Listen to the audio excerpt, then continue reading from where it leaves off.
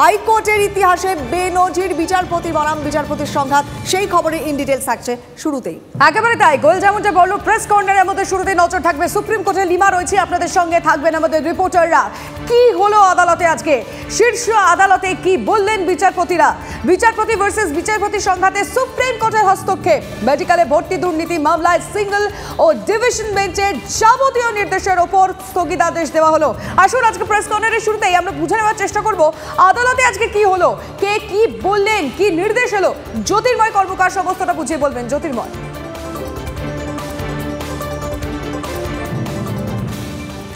দেখো, যে কথা আমরা বারবার ধরে বলছি যে প্রত্যেকটা ক্ষেত্র অর্থাৎ যেভাবে ঘটনার ডেভেলপমেন্ট হয়েছে সেক্ষেত্রে একটি শব্দ একেবারে প্রযোজ্য, তা হচ্ছে বেনজির। তার কারণ যেভাবে কলকাতা হাইকোর্টের অভ্যন্তরে দুজন বিচারপতির মধ্যে সংঘাত দেখা গিয়েছে, এটা সম্পূর্ণভাবে নজিরবিহীন। একজন অপরের বিরুদ্ধে রাজনৈতিক পক্ষপাতিত্বের অভিযোগ তুলেছে এবং ডিভিশন বেঞ্চের রায়কে সিঙ্গেল বেঞ্চ মানছে না। সিঙ্গেল বেঞ্চ অভিযোগ তুলছে যে যেভাবে ডিভিশন বেঞ্চ অর্ডার পাস করছে সম্পূর্ণভাবে নথি ছাড়া, সেই পুরো বিষয়টি আইনসঙ্গত নয়। ঠিক এই প্রেক্ষাপটে দাঁড়িয়েই স্বয়ং অভিজিৎ গঙ্গোপাধ্যায় তিনি তার যে অর্ডার ছিল সেই অর্ডারে তিনি প্রধান বিচারপতির কাছে অর্ডারের কপি পাঠিয়েছিলেন এবং আরেকজন বিচারপতির কাছে বিরুদ্ধে তিনি রাজনৈতিক পক্ষপাতিত্বের অভিযোগ তিনি করেছেন।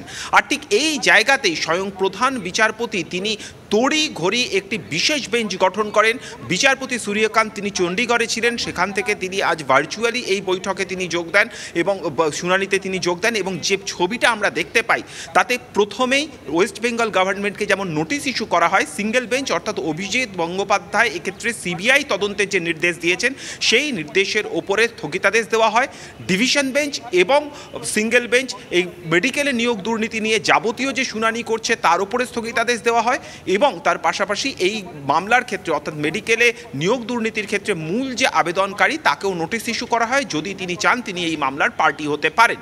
কিন্তু এর পাশাপাশি আরও কিছু সমান্তরাল ডেভেলপমেন্ট আজকে নজরে এসেছে, যা আগামী দিনে এই শুনানির ভবিষ্যৎ কোন দিকে যেতে চলেছে তার ক্ষেত্রে কিছুটা ইঙ্গিতবহ।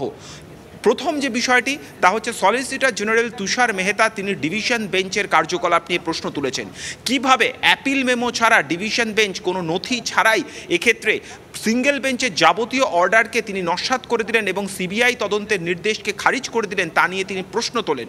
দ্বিতীয়ত, কলকাতা হাইকোর্টে যা চলছে সেই পুরো বিষয়টি নিয়েও প্রশ্ন তোলেন তিনি।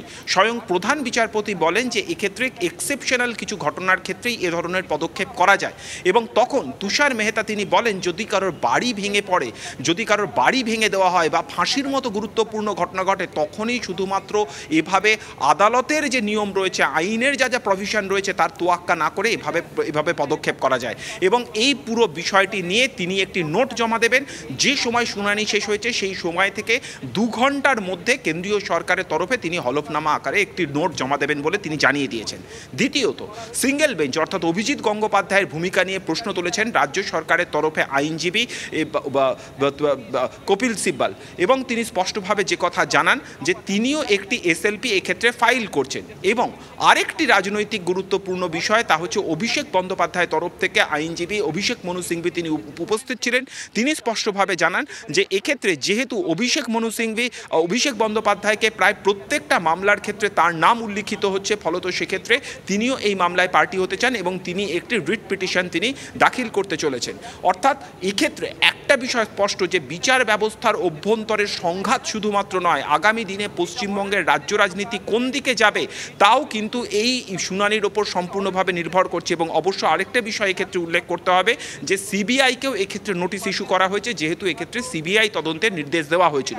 এবং শুধুমাত্র এই মামলা নয়, এ ধরনের অন্যান্য একাধিক মামলা তার একটা কম্পাইলেশন রিপোর্ট জমা দিতে চান কপিল সিব্বাল। অর্থাৎ এক্ষেত্রে যে ইঙ্গিত আমাদের সামনে স্পষ্ট হয়েছে যে অভিজিৎ গঙ্গোপাধ্যায়ের বিরুদ্ধে এর আগে একাধিক ইস্যুতে একাধিক অভিযোগ এই সুপ্রিম কোর্টের সামনেই উঠে এসেছে এবং সেই সংক্রান্ত প্রত্যেকটা প্রেসিডেন্টসকেই কার্যত মূলত হলফনামার আকারে এক্ষেত্রে জমা দিতে চাইছেন কপিল সিব্বাল। ফলত রাজ্য সরকার তারাও এক্ষেত্রে কোমর বাঁধছে, কেন্দ্রীয় সরকার তারাও এক্ষেত্রে ডিভিশন বেঞ্চের ভূমিকা, অর্থাৎ রাজনীতির যে একটা পরোক্ষ মোড়ক রয়েছে তার প্রেক্ষিতে যে ডিভিশন বেঞ্চের বিরুদ্ধে অভিযোগ উঠছে সেই বিষয়গুলি নিয়ে যে কেন্দ্রীয় সরকারও কোমর বাঁধছে তা তুষার মেহতার বক্তব্য থেকে আজকে সম্পূর্ণভাবে স্পষ্ট হয়ে গিয়েছে। এবং অবশ্যই অভিষেক বন্দ্যোপাধ্যায়ের এই মামলায় পার্টি হওয়া বাড়তি তাৎপর্য যোগ করেছে এই পুরো শুনানির ক্ষেত্রে। একবার একটু সঙ্গে থাকো জ্যোতির্ময়, আমরা এই নিয়ে কথা বলেছিলাম আইনজীবী এবং সাংসদ সিপিএম সাংসদ বিকাশ রঞ্জন ভট্টাচার্যের সঙ্গে। বিকাশবাবু ঠিক কি বলছেন একবার একটু শোনাই। সুপ্রিম কোর্ট ঠিক কাজটি করেছেন, সেটা হচ্ছে দুজন বিচারপতি নয়, দুটো বেঞ্চের, সিঙ্গেল বেঞ্চ এবং ডিভিশন বেঞ্চ, তাদের মধ্যে একটা দেখা যাচ্ছে নির্দিষ্ট আদেশ নিয়ে মতান্তর আছে। এখন বিষয়টা সুপ্রিম কোর্ট তারা সুমতো কগনিজেন্স নিয়েছেন। আপাতত কলকাতা হাইকোর্টের মামলাগুলো তারা স্থগিতাদেশ রেখেছেন, তার কারণ সুপ্রিম কোর্ট হয়তো শুনবেন, শোনার পর হয়তো সুপ্রিম কোর্ট মামলা ফেরত পাঠিয়ে দিতে পারেন অথবা তদন্তের নির্দেশ দিতে পারেন। মনে রাখবেন অভিযোগটা কিন্তু একটা দুর্নীতি সংক্রান্ত অভিযোগ ছিল যে ছাত্র ভর্তির ক্ষেত্রে, বিশেষ করে চিকিৎসা বিজ্ঞানে ছাত্র ভর্তির ক্ষেত্রে প্রচুর বেনিয়ম হয়েছে এবং এ রাজ্যে তো আমরা দেখেছি যে নিয়োগ নিয়ে কি চূড়ান্ত দুর্নীতি হয়। সবটাই তো পরিপ্রেক্ষিতের উপর নির্ভর করে, সেই পরিপ্রেক্ষিতের উপর নির্ভর করেই এক সিঙ্গেল বেঞ্চ তিনি তদন্তের আদেশ দিয়েছিলেন। ডিভিশন বেঞ্চে তড়িঘড়ি করে সেটাকে স্থগিতাদেশ দেওয়াটা বাঞ্ছনীয় নয় বলেই সওয়াল করা হয়েছে এবং আমরাও তাই মনে করি। এখন আমার দৃঢ় বিশ্বাস যে সুপ্রিম কোর্ট মামলাটা ফেরত পাঠিয়ে দিয়ে তদন্ত জারি রাখার কথাই বলবেন। শুনলাম বিকাশ রঞ্জন ভট্টাচার্য তার বক্তব্য। সিজার মণ্ডল আমাদের অপর সহকর্মী আমাদের সঙ্গে রয়েছেন। সিজার, যেদিন ঘটনাটা ঘটেছিল সেদিনও তুমি ছিলে এবং আজকে যখন সুপ্রিম কোর্টের এই পর্যবেক্ষণ এবং আগামী সোমবার পরবর্তী শুনানি, আজকেও তুমি গোটা ব্যাপারটা দেখেছো। এর মধ্যে অনেকগুলো সিগনিফিকেন্স রয়েছে যেগুলো জ্যোতির্ময় ব্যাখ্যা করছে, অনেকগুলো অ্যাঙ্গেল রয়েছে।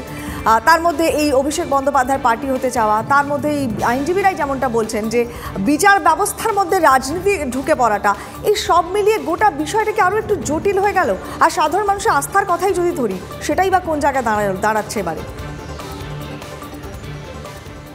দেখো, জটিল তো অবশ্যই হলো, কিন্তু একটা কথা আজকে আমি এর আগের দিন যেদিন সিঙ্গেল বেঞ্চ যে অর্ডার দিয়েছিল, যার পরিপ্রেক্ষিতে এই সংঘাতের বহিঃপ্রকাশ বা এই যেটা স্নোবল হয়ে উঠলো গোটা বিষয়টা, সেই জায়গাতে কিন্তু আজকে আমরা দেখলাম যে বিচারপতি অভিজিৎ গঙ্গোপাধ্যায় যে পয়েন্টে ডিভিশন বেঞ্চের রায়কে অবৈধ বলে ঘোষণা করেন, ঠিক সেই জায়গাটাই, সেই বক্তব্যেরই অনুরণন দেখা গেল আজকে সলিসিটর জেনারেলের বক্তব্যে, যে কিভাবে যেখানে সেই রকম আর্জেন্সি ছিল না, যেটা একটু আগে জ্যোতির্ময় বলছিল যে ফাঁসি হোক বা বাড়ি ভেঙে যাওয়ার মতো এইরকম আর্জেন্সি ছিল না, যেখানে সেই আর্জেন্সি না থাকা সত্ত্বেও মেমোরান্ডাম অফ অ্যাপিল এবং ইমপিউন্ড অর্ডার, অর্থাৎ বিচারপতির সিঙ্গেল বেঞ্চের অর্ডারের কপি ছাড়া ডিভিশন বেঞ্চ সেই মামলা কিভাবে গ্রহণ করলো এবং তার শুনানি করলো। এত তড়িঘড়ি শুনানি প্রয়োজন কি ছিল? এবং সেখান থেকেই অভিযোগের সূত্রপাত যে রাজনৈতিক উদ্দেশ্য প্রণোদিত ভাবে এই ডিভিশন বেঞ্চ এই রায় দিয়েছে, যেটা অভিযোগ করেছেন এবং সেটা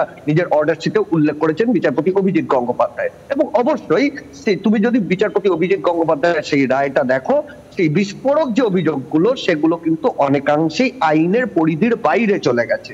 সেখানে কিন্তু সরাসরি রাজনীতি চলে এসছে। তার কারণ সেখানে স্পষ্টই উল্লেখ করা হয়েছে আরেকটি খুব উল্লেখযোগ্য ঘটনা, এবং এখানে তোমাকে মনে রাখতে হবে সুপ্রিম কোর্ট কিন্তু খালি এই সংঘাত জানলো তা নয়, এই সংঘাতের বহু আগে যেটা বিচারপতি অভিজিৎ গঙ্গোপাধ্যায় অভিযোগ করেছেন, তার অর্ডার শিটে উল্লেখ করেছেন যে ভ্যাকেশন বেঞ্চ শুরু হওয়ার আগে, অর্থাৎ বড়দিনের ছুটির আগে বিচারপতি অমৃতা সিনহাকে ডেকে বিচারপতি সৌমেন তিনি যে নির্দেশগুলো দিয়েছিলেন সেটাও অর্ডার শিটে উল্লেখ করা রয়েছে, সেটাও কিন্তু সিজেআই অর্থাৎ প্রধান বিচারপতিকে জানানো হয়েছিল। অর্থাৎ প্রধান বিচারপতি এবং সুপ্রিম কোর্ট কিন্তু অবগত যে কলকাতা হাইকোর্টে একটা সমস্যা চলছে, এবং সেই সমস্যাটা দীর্ঘদিন ধরে যেটা চলার একটা বিস্ফোরণ ঘটলো বিচারপতি অভিজিৎ গঙ্গোপাধ্যায়ের সঙ্গে বা সিঙ্গেল বেঞ্চের সঙ্গে ডিভিশন বেঞ্চের এই সংঘাতে, এবং যেখানে রাজনীতি একটা বড় ভূমিকা পালন করছে। কারণ এই অর্ডারের মধ্যেই কিন্তু বারবার রাজনীতি প্রসঙ্গটা চলে এসছে, রাজনৈতিক ব্যক্তিত্বদের প্রসঙ্গ চলে এসছে, এবং সেখান থেকে অভিষেক বন্দ্যোপাধ্যায়ের এই মামলায় পার্টি হওয়াটা কার্যত সময়ের অপেক্ষা ছিল। কারণ অভিষেক বন্দ্যোপাধ্যায়কে ঘিরেও কিন্তু ওই অর্ডার উল্লেখ রয়েছে, এবং সেই জায়গা থেকে কোথাও মনে করা হচ্ছে, যেটা জ্যোতির্ময় যে কথাটা বললো একদমই ঠিক, শীর্ষ আদালতের এই শুনানি লোকসভা নির্বাচনের আগে এ রাজ্যের রাজ্য রাজনীতি কোন পথে পরিচালিত হবে, সেখানে কোন নয়া মোড় আসবে, সেটা কিন্তু অনেকটাই ঠিক হবে শীর্ষ আদালতের এই শুনানিতে। যেমনটা আমরা গত সাম্প্রতিক অতীতে গত কয়েক মাসে বারবার দেখেছি যে এ রাজ্যের রাজ্য রাজনীতির ক্ষেত্রে অনেকটা বড় ভূমিকা পালন করছে কলকাতা হাইকোর্ট বিচার ব্যবস্থা। কারণ বিচার ব্যবস্থা কলকাতা হাইকোর্টের বিভিন্ন রায় কিন্তু রাজ্য রাজনীতিতে অনেকটাই প্রভাব ফেলছে এবং সেটা পিভটাল রোল প্লে করছে। একবারে সঙ্গে থাকো একটু সিজার। এইটা বোঝা গেছে কোয়েল, দেখো পরিষ্কার হবে যে আইনের মধ্যেও যে কিভাবে রাজনীতি মানে আদালতের চারপাশে কিভাবে যে এখন রাজনীতি ঘুরে বেড়াচ্ছে এবং তার প্রবেশও হয়ে গেছে, সেটা এখন সাধারণ মানুষকে আলাদা করে বুঝিয়ে বলার কোনো প্রয়োজন নেই। সাধারণ মানুষ, বাংলার মানুষ এখন পরিষ্কার করে সেটা বুঝতে পারছে এবং খুব সিগনিফিক্যান্ট, যেটা সত্যিই জ্যোতির্ময় এবং সিজার বলছিল যে লোকসভা নির্বাচনের আগে এই পর্যবেক্ষণ, এই নির্দেশ নিঃসন্দেহে অত্যন্ত গুরুত্বপূর্ণ। আমরা আইনজীবীদের সঙ্গে কথা বলছি এবং অর্ক নাগ, যিনি কিনা এই সূত্রপাত, যে মামলা নিয়ে এই সূত্রপাত অর্থাৎ মেডিকেলে নিয়োগ দুর্নীতি, তিনি এই মামলার আইনজীবী ছিলেন। তার সঙ্গে আমরা কথা বলেছি, তার কি মতামত, তিনি কি বলছেন, আমরা আগে শোনাবো দর্শকদের। আমাদের দেশের গণতন্ত্র আজ সত্যি কথা বলতে গেলে আদালতমুখী এবং ভারতবর্ষের বিভিন্ন জায়গায় যে ঘটনা ঘটছে তাতে সত্যি কথায় সুপ্রিম কোর্ট বা হাইকোর্টরা একটি গুরুত্বপূর্ণ ভূমিকা পালন করেন এবং রাজধর্ম যখন পালনের কথা আসে তখন কিন্তু রাজধর্মটা শুধুমাত্র নির্বাচিত সরকারের ক্ষেত্রে নয়, আদালতের জন্য প্রযোজ্য।